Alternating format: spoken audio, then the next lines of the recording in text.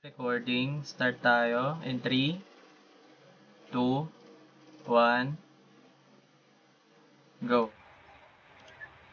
Good day, everyone. We are Group 1 and we are comprised of Shanjay Vargas, Rudolph Evangelista, Renzo Mendoza, Carl Andre Tibal, Rafi Furuhashi, LMA De La Paz, Daniel Oliver, and me, Carmela Golpo.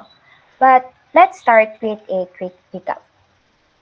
Back in 12th grade and in our previous lessons, we learned that communication always involves people interacting with one another and reacting to each other. But first, what is communication? Communication is simply defined as the act of transferring and exchanging of informations, thoughts, feelings, ideas between individuals or groups. For example, in our human society, we can clearly see that communication is essential. Without it, we cannot function, and it exists and grows through every interaction between individuals. To simply put it, communication is something that connects us, whether face to face or virtually. However, we do not communicate using a single method. Communication occurs at different levels and through various forms of language. And this is what we will be discussing today. Without further ado, let's begin with the types of communication, which will be discussed by Carl Andre Kibal and Daniel Oliver. Okay, so thank you, Carmela. So, allow me to introduce the types of communication. So, communication is a kind of a process where we exchange information, ideas, emotions between people, individual, through different types. So, these types can be included verbal, nonverbal, written, and visual communication.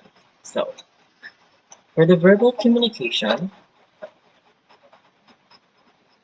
it refers to the use of words and languages to convey information or messages by utilizing both spoken and written forms. This type of communication was much easier to understand and most widely used. The best example for this is our daily conversation. So, verbal is more of a vocal. Okay, so we express through our voice. We spoke the words that we want to say or to communicate. So, like for example, the greetings or for daily conversations. So we can greet anyone.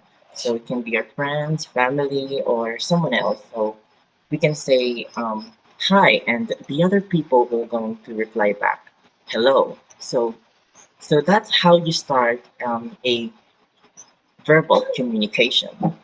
So on the other hand, we have the verbal communication. It refers to gestures, facial expressions, and body language. In our time, the best example of this is the sign language. Nonverbal communication is a different thing compared to verbal. It doesn't need a voice to speak or to communicate. Instead, we use our body or gestures. So examples is um, the sign language.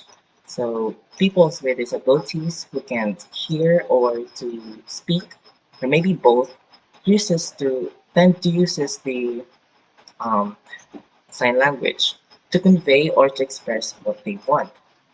So that is just the one of the examples of nonverbal communication.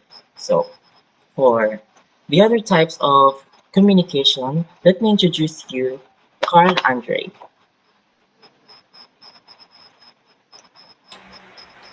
Thank you, Daniel. I'm Carl, and I'm going to discuss the remaining types of communication. Visual communication, using images to communicate your message visually and clearly. It is basically sharing ideas by using pictures instead of just talking or writing. This means carefully choosing things you can see, like photos, drawings, charts, and symbols to get your message across. The main goal is for people to easily see and understand what you're trying to say. Example: a stop sign. Imagine driving towards a busy road. You see a red octagon that says stop. Right away, You know you need to stop your car even before you get close enough to hear someone shout, "Stop!" This visual sign quickly and easily tells everyone what to do, no matter what language they speak or how noisy it is. It is a much faster and clearer way to give this important instruction than just using words. Moreover, another type of communication is written communication, leveraging the written word to make your point in text. Written communication is simply sharing your thoughts and information by writing words down instead of talking. This means using letters and sentences to clearly explain what you want to say in a text form, like in a message or a letter. The main goal is for the person reading it to understand exactly what you mean. For example, important school announcement posted on a social media platform. It can reach more people, stay accessible for later, provide clear details, and allow for questions, making them more effective than just telling people verbally. To wrap up, we communicate in many ways with words, verbal, without words, nonverbal, with pictures, visual, and with writing or written. Each way has its own strengths. Using them wisely helps us share our messages clearly and effectively with others. For the next topic, levels of communication. Now we'll discuss the levels of communication. But before that, let me introduce myself once again. So, hello everyone, I'm Ella. Today, let's talk about something we all do every day, that is, communicate. But this time, it's not about talking to others, it's about talking to ourselves. Yes, I'm talking about intrapersonal communication. Intrapersonal communication refers to communication within oneself involving reflection, thinking, and internal dialogue. Let me show you an example for better understanding. So here I have a few images, and those images represent decision making, self talk, and thinking. Those examples are situations that we all actually do often. Me personally, I often talk to myself in the mirror, especially when I practice my speaking for presentation. Moving on, let's proceed to the types of intrapersonal communication. There are several types of interpersonal communication depending on perspective. But according to the study of Hampton College 2023, there are four types of interpersonal communication. First, we have self-talk. This is the little voice inside our heads that speak to us all the time. It can be positive or negative. For example, I can do this. That is a positive way of self-talk. In negative way, we often say, I'm not good enough. Next is self-reflection. This means thinking about what we did, what happened, and what we can learn from it. It helps us grow and improve. Then we have self-concept. It's the image we have of ourselves based on experience and what others say about us. For example, if you believe you are kind and hardworking, then that becomes part of your self concept. Lastly, we have self esteem. This is how much we value ourselves. If we believe in our worth, we have high self esteem. But if we doubt on ourselves too much, then we might struggle with low self esteem. Now, why is this important? Well, it's important because it has several benefits that help us in our daily lives. It helps us with decision making, boosts confidence and motivation, and of course, improve emotional intelligence. By reflecting on our thoughts and feelings, we became more aware of our emotions and learn how to manage them. That's all for interpersonal communication. Mr. Evangelista will explain the next topic. Hey everyone, I'm Rudolph Evangelista. So the next co- So the next level of communication is interpersonal communication. Interpersonal communication is pretty much communication between two people. It can either be formal or informal. Formal can be um, client meetings, business meetings, or job interview. While informal can be just texting with your friends or sending memes to each other or just catching up over some coffee, right? So interpersonal communication can build trust. It can also resolve conflicts and just overall connect with each other deeply. So here are some examples of interpersonal communication. Face to face. One of the most necessary things in face to face interpersonal communication is the nonverbal cues. Like nonverbal cues like smiling, like eye contacting, or even just crossing your arms. It gives a very big impact. It makes a very great impact on your conversation with the other person. Next is phone call. Here, the tone of voice is what matters most. You see, the thing is, you can't really see the other person physically. You can only hear them. That's why the tone of voice is very, very important. For example, you're trying to apologize to your friend, or I'm trying to apologize to my friend, and my tone of voice doesn't sound sincere, or it just it just doesn't feel sincere. For my friend, it'll just feel off, right? My friend most likely won't really receive my apology well, and yeah, it doesn't feel great, right? So the next example is written exchange. It can be text messaging in Instagram or trying to send reels on TikTok.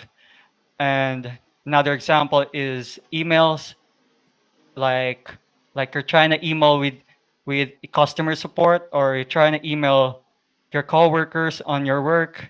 And it can even be handwritten letters. Like you're, for example, you're trying to make a love letter to your crush, right?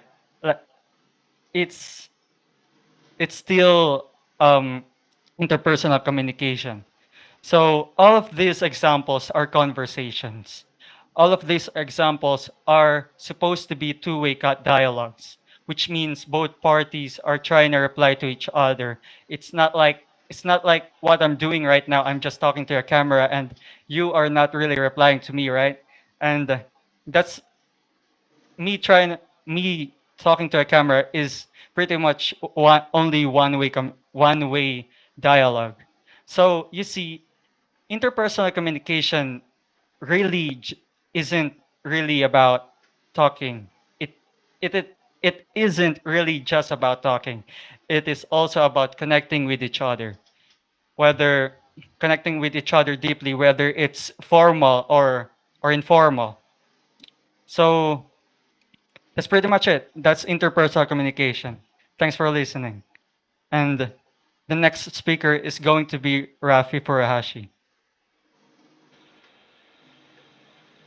Hello everyone. Once again, my name is Rafi Lawrence P. Furuhashi, here to introduce group communication. Group communication refers to the interaction of alike people, whether it be ethnicity or like-minded individuals who share the same mindset and or passion. Ethnicity can refer to ethnicity groups who allow and help each other to adapt to new environments.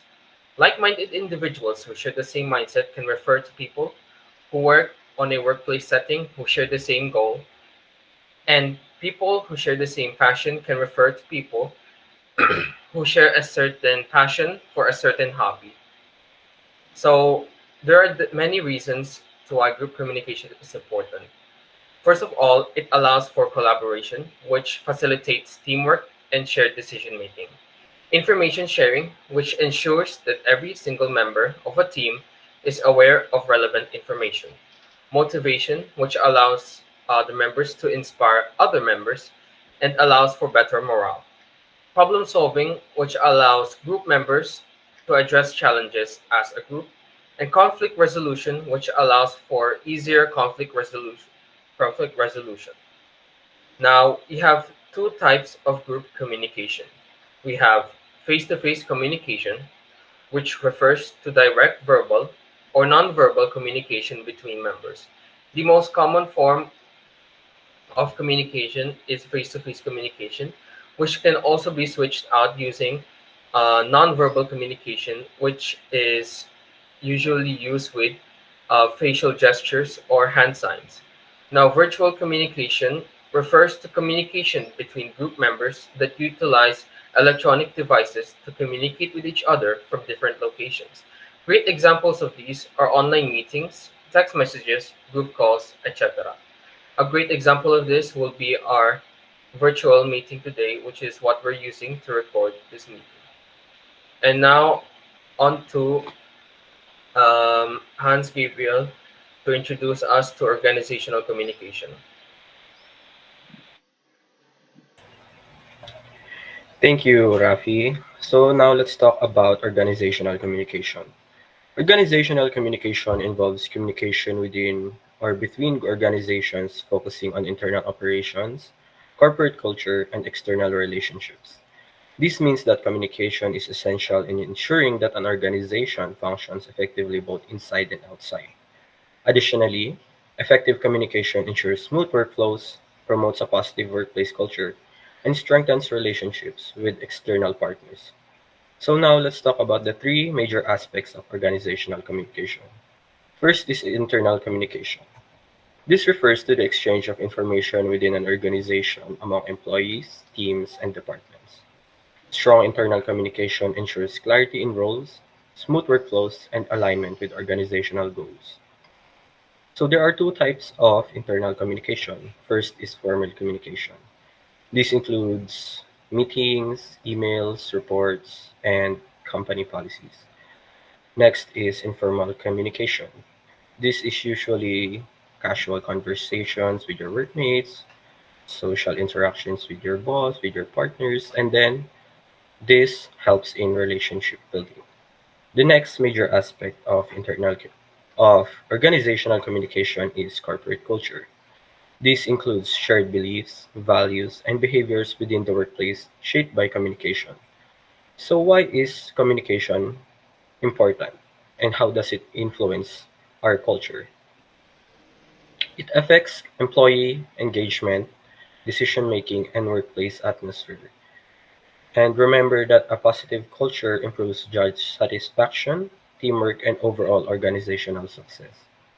The last aspect of organizational communication is external communication. This is how an organization interacts with outside parties like customers, suppliers, investors, etc. The key communication channels for external communications are public relations, marketing and advertising, and stakeholder communication. Remember that strong external communication maintains a good reputation, it builds trust, and it strengthens business relationships. So, to summarize, organizational communication is not just about exchanging information. It is a crucial part of shaping corporate culture, ensuring efficient internal operations, and managing relationships with external stakeholders. Strong communication practices contribute to an organizational success, employee satisfaction, and long term sustainability. And remember that organizations that communicate effectively are more successful, engaged, and trusted both internally and externally. That is all for organizational communication. Next is Sean Vargas. So thank you for that. Hello everyone, I'm Sean, and I'm assigned to present the last level of communication and also to end this category by discussing the mass communication. So as my group members already introduced the previous levels, mass communication is much simpler and I think it's very easy to understand for each and everyone. So just try to imagine how a communication can be passed from one place to another.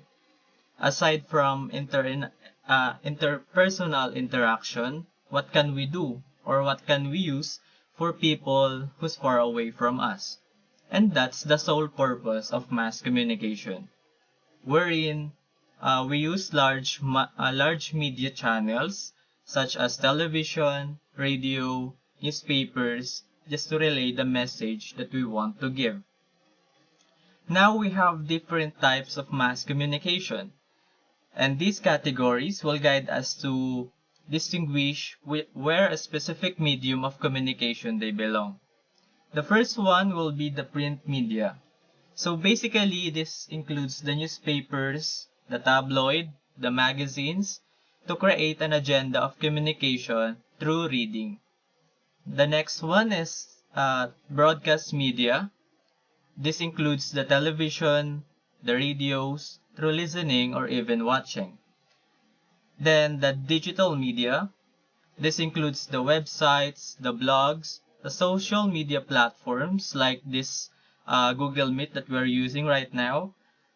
So the question is, what is the difference between the print media and digital media? Anyone? Well, the way we see it, it is basically a product of our never-ending innovation over time. So we use printing press before, and it depends to the company, but because of the knowledge that we have, we develop a much more accessible for each and everyone digitally. The next one will be the outdoor media. This includes the billboards, the posters, the public displays like the graffiti that we can see in different streets in Manila. So it is used to advertise products, even politics, and services. Then lastly, the film and the cinema media. So this include movies, documentaries as a form of communication. And to give you guys a little backstory, I used to watch a documentary film on Bulwagang Balagtas when I was in senior high school. And that film is all about the situation of our farmers here in the Philippines. And it shows their struggles, their fear towards the government. So, see, even in the smallest duration of filmmaking, we can give a meaningful message to each and everyone, and to the everyone who are being interested in that kind of agenda. So, before I end that, I want to give you guys a very good example where mass communication was prominent way back then. So, as we go back in time while we face the global pandemic, we are isolated, we restrict for a face-to-face contact. So the only medium of communication that we can use that time is through mass media. And because of that, different mobile games arise, like the Mobile Legends, COD. Aside from that, people became more interested in vlogging. So see, everyone survived that boredom, the depression, the struggles we face through entertainment. And I think you would agree to me, you would agree to what I said, right? And yeah, to close the levels of communication that we recently discussed, always remember guys, that communication is the key. But without proper comprehension, it's very nonsense. And to summarize all of the topics that we've discussed, that my team discussed, so we discussed the types of communication. One is the verbal, non-verbal, and visual and written communication. Then we discussed the levels of communication that includes intrapersonal communication, wherein it is a communication within oneself. The interpersonal communication or the communication between two people. The next one will be the organizational communication, from the word itself, of a communication from or between the organizations.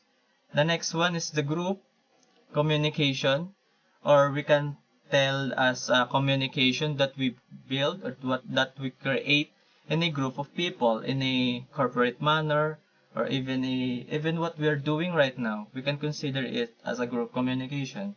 Then the mass communication that I already discussed. So aside from that, I hope that you learned something, and thank you guys for giving us time for spending time to listen to our topic. Once again, I'm Sean J. Vargas together with my team.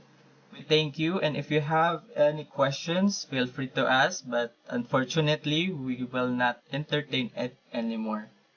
So, thank you, guys.